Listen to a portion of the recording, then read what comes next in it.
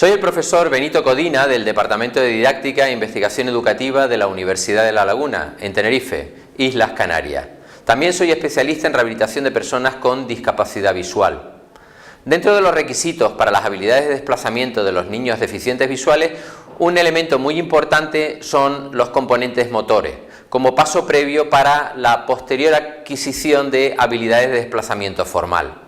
Hay que empezar recordando que la deficiencia visual no retarda ni el crecimiento físico ni consiguientemente el desarrollo, sino que más bien son las consecuencias indirectas, tales como pueden ser las características del propio déficit visual, la falta de estimulación visual, la inhabilidad del niño para el aprendizaje imitativo o vicario o la posible existencia de factores limitadores de carácter ambiental. Repasemos cada uno de ellos brevemente. Cuando hablamos de las características del déficit visual, estamos hablando de su etiología. No es lo mismo, por ejemplo, una pérdida de campo visual que una pérdida de campo periférico. La edad de aparición no es lo mismo que el niño nazca con una ceguera congénita que adquiera esa pérdida visual ya a una edad más avanzada, donde puede existir memoria visual. Tampoco tiene que ver el grado de visión residual, no es lo mismo ver, por ejemplo, 0,1 en la escala de Becker que tener la oportunidad de ver 0,2 o 0,3 en dicha escala. Desde el punto de vista de la estimulación visual, es la falta de motivación hacia el movimiento y por lo tanto el empleo de los músculos esenciales para el control corporal y la exploración del entorno la que puede producir esas limitaciones en el desarrollo del menor. Asimismo, la ausencia de aprendizaje vicario o imitativo supone una limitación en la experiencia de aprendizaje a través de la observación. El 80% de las cosas que hacemos de carácter motor las hacemos porque imitamos otras conductas que previamente hemos observado. Y por último, los factores ambientales, bien sean actitudes familiares o de carácter social de carácter negativo, como pueden ser la sobreprotección o inclusive el rechazo encubierto. Toda esa serie de aspectos sí que pueden limitar el crecimiento y por ende el desarrollo del niño o la niña deficiente visual. Dentro de las habilidades motoras existe una clara jerarquía por la que pasa también ineludiblemente un menor deficiente visual, desde la adquisición de los reflejos primarios a la adquisición del adecuado tono muscular, el desarrollo perceptivo de todos sus canales, las habilidades motoras finas, el desarrollo de las habilidades motoras gruesas, la adquisición de la coordinación motora, la adquisición de la marcha, el equilibrio tanto estático como dinámico, una postura corporal adecuada para llegar en definitiva al logro de un movimiento efectivo y eficiente que es la base de la movilidad independiente, del desplazamiento. No obstante, hemos de tener presente que esos niños deficientes visuales suelen presentar una serie de problemas motores. Los principales son los siguientes. En primer lugar, dentro del tono postural, la presencia de una hipotonía. Una hipotonía que se refleja a través de la escasa estabilidad de los hombros, de la cintura escapular, consiguientemente. También del tronco y de la cintura pélvica, que repercute en el modo de andar y en la propia postura corporal. Se refleja también claramente a través de la elevación de los hombros, a través de los cuales se pretende obtener ese incremento del tono muscular y por tanto un adecuado tono postural. Y también en la hipermovilidad de los brazos, de los hombros y de las caderas.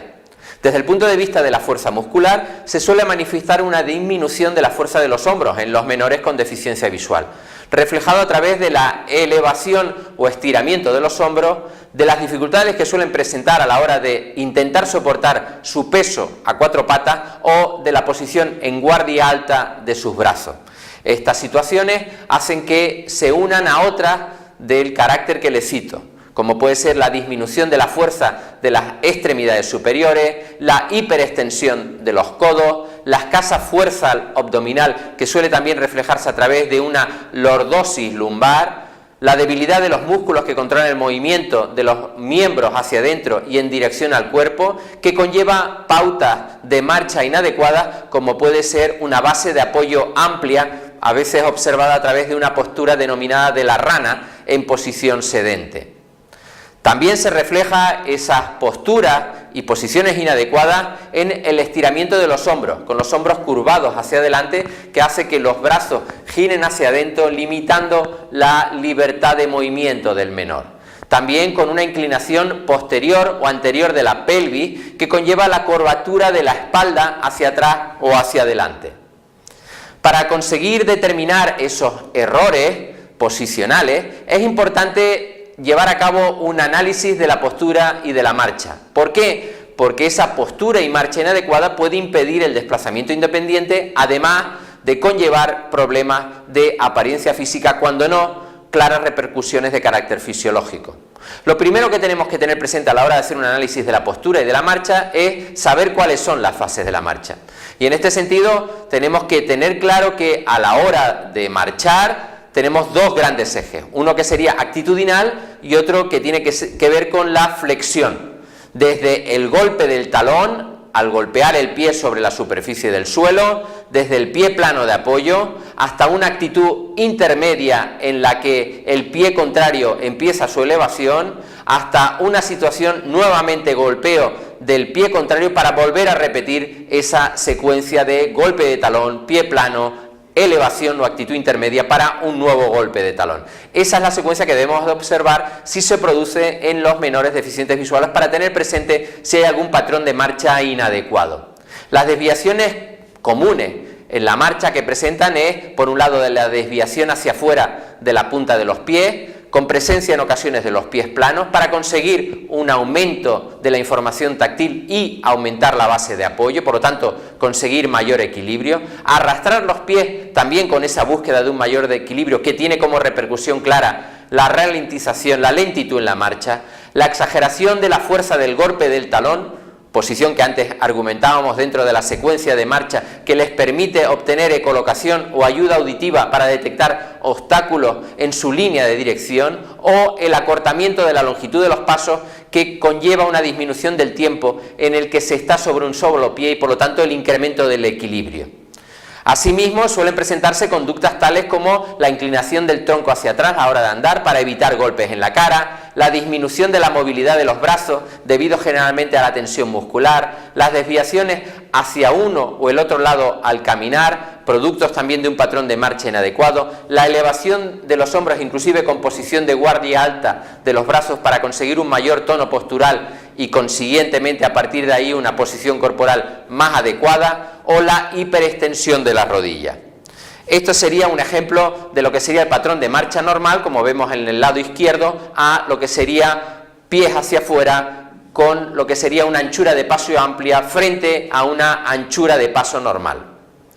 Desviaciones en la postura comunes, ya hemos citado algunas, pero las vamos a volver a repetir. En primer lugar, la inclinación anterior de la cabeza y cifosis dorsal, en esta posición que represento, con los hombros encorvados hacia adelante, la lordosis lumbar compensatoria para intentar compensar, como apunto, una musculatura abdominal débil, o bien la flexión de la cadera y de las rodillas debido fundamentalmente a grandes periodos en los que se encuentran sentados y la ausencia de fuerza muscular adecuada. Aquí vemos en esta representación la presencia de las desviaciones más comunes en cuanto a la postura: la lordosis con una hiperextensión de cadera, la cifosis dorsal, la escoriosis o bien el apilamiento de cabeza con los hombros redondeados y la inclinación del tronco que antes apuntaba.